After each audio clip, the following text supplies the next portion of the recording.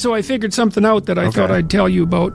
This took me like 30 years to figure out, and I figured it out on this tour.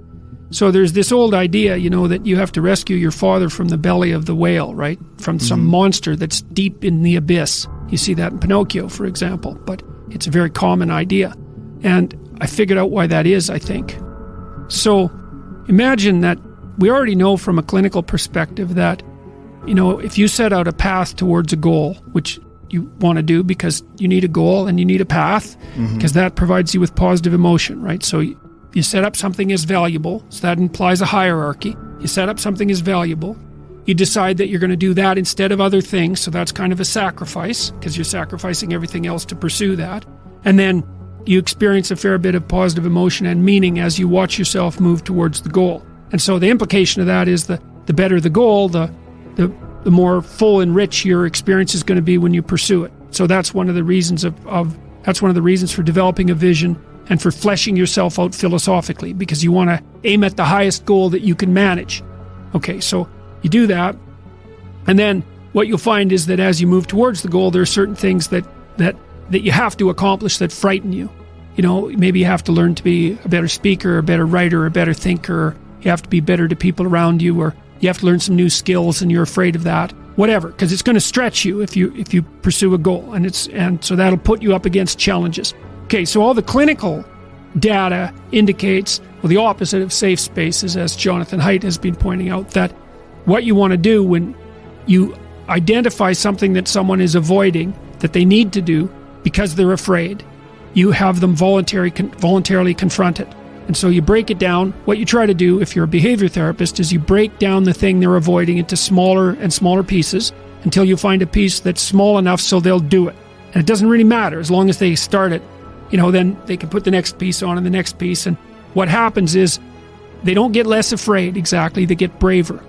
They get it's like there's more of them. And here's why. So imagine you do something new, and that's informative, right? There's information in the action, and then you can incorporate that information and turn it into a skill and turn it into a transformation of your perceptions. So there's more to you because you've tried something new.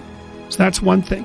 The second thing is, and there's good biological evidence for this now, that if you put yourself in a new situation, then new genes code for new proteins and build new neural structures and new nervous system structures. Same thing happens to some degree when you work out, right? Because your muscles are responding to the load, but your nervous system does that too. So you imagine that there's a lot of potential you locked in your genetic code.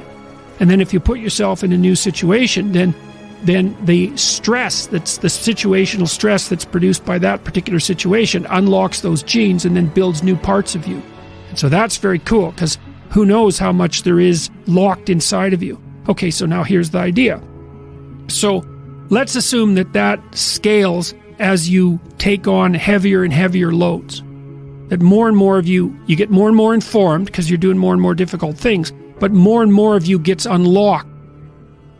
And so then what that would imply is that if you got to the point where you could look at the darkest things, so that would be the abyss, right? That would be the deepest abyss. If you could look at the harshest things, like the most brutal parts of the suffering of the world and the malevolence of people and society, if you could look at that straight and directly, that would turn you on maximally.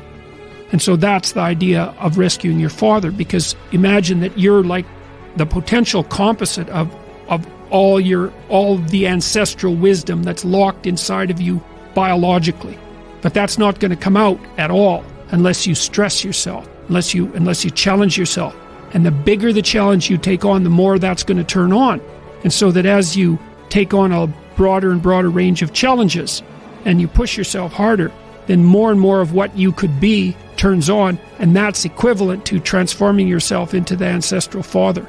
Because you're like what would you call it? You're the consequence of all these living beings that have come before you.